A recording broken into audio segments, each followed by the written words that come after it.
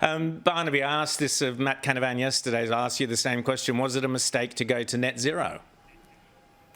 Well, we wanted to make sure that we had a position that gave us the capacity to go forward into the election without... look, I'll be more honest that any person in a coalition seat or national seat who wants to have a debate on net zero or climate change, doesn't matter what your position is, you lose. You can't be right enough, you can't be left enough. It's not the area which you want to be discussing. There are so many other issues: defence of our nation, economic security, infrastructure. These are the areas that people want to hear, but you just go down the ABC wormhole if you start talking about climate change. So but sorry, Barnaby, as recently as 2019, sorry, Paul, you won government. I get paid either way, so you can do whatever you want. You won government by arguing against doing anything more on climate change. That's what won you government. I don't see how you can say this is the first time you haven't argued against climate change and you lost. Yeah, but so that argument doesn't work. So let me take you to something here, Barnaby, right, which is there's going to be a fascinating little start to the parliament, right? Which is Albo has said he wants to legislate 43%, okay? The Greens, now he'll get that through the lower house. The Greens will try to amend it to 50% or higher in the upper house. The pressure will be on the coalition to pass 43%. So speaking freely as a member of parliament, as well as the Nationals leader, but still as a member of parliament, when that vote comes up, are you going to do what Bill Shorten did after the 2013 election, which was not to repeal the carbon tax? Instead, they said they had a mandate not to do so. What's the mandate for the National Party when that vote comes to Parliament? Well, we said that we didn't agree with the 2030 target.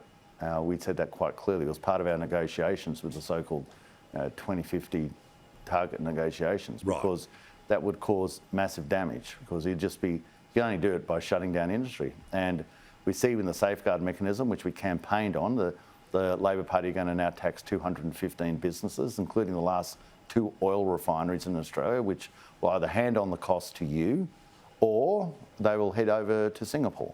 Now, we're quite happy for people to have, if it's the technology, not taxes, we're quite happy to put investments into the technologies, but we want to see them.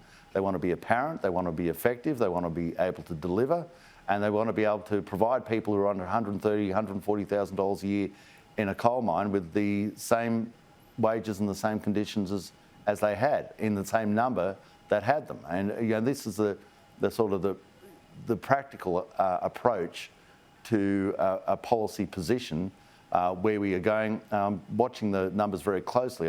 If the Labor Party at the Senate, they'll have to be in coalition with the Greens.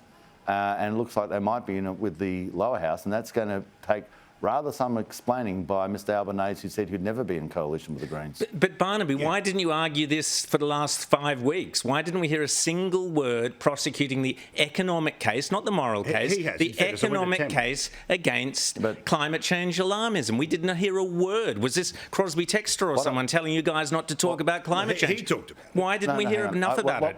Ryan, what I just said then, I was saying all the way through the campaign, especially in central Queensland and the Hunter Valley, all the way through it.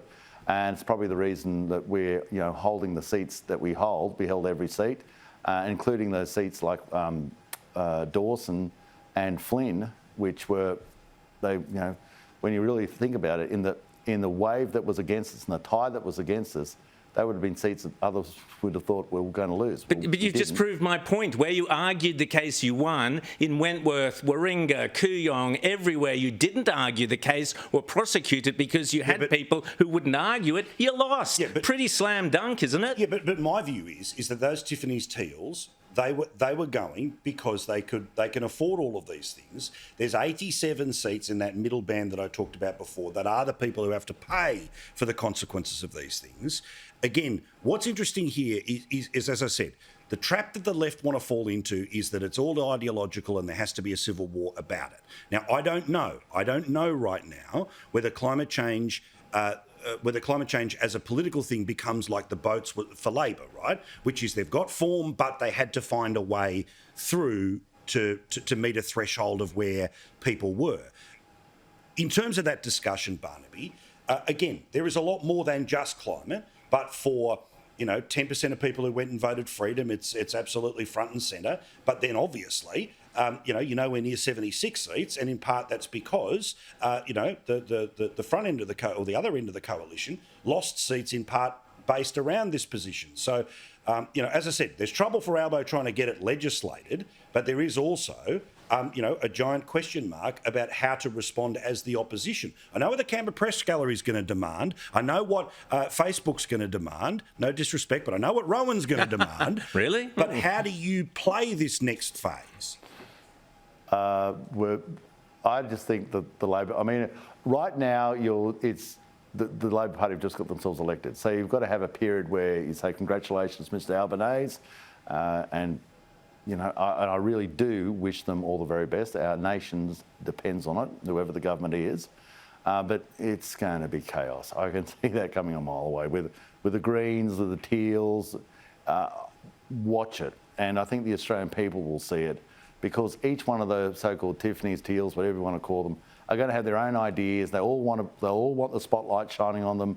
They'll get the spotlight shining on them by saying more and more sort of kind of out there statements, and the Greens will want their time in the sun, and the Labor Party will have to bend towards them, and then you'll have the sort of division of the Labor Party, as he pointed out, wanting to try and match the Greens, and what happens in the end? She all falls over. Yeah. Now, I've been around politics a while. Watch this space. Yeah, no, I agree completely. And that's the thing, Rowan, about the wider issue for the next 3 years, which, again, we said it for the past 6 weeks. It's why I'm confident in the fears that I had of the past 6 weeks, right? Which is, there's no way through without the Greens in the upper house, all right? Which means, if Albo's going to try to put it in as legislation, it's going to get fiddled with. I know the giant thing here is that, they're going to wedge the Liberals on it. They're going to get no result out of it.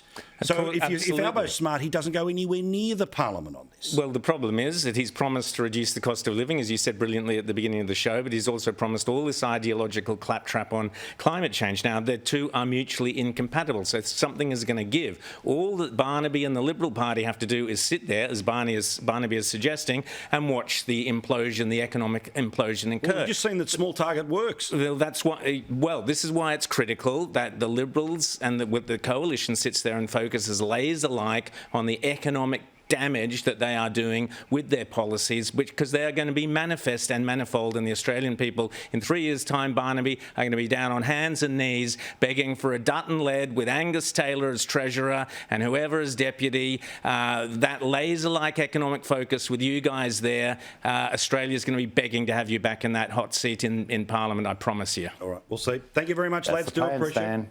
All right, good on you. Thank you, guys.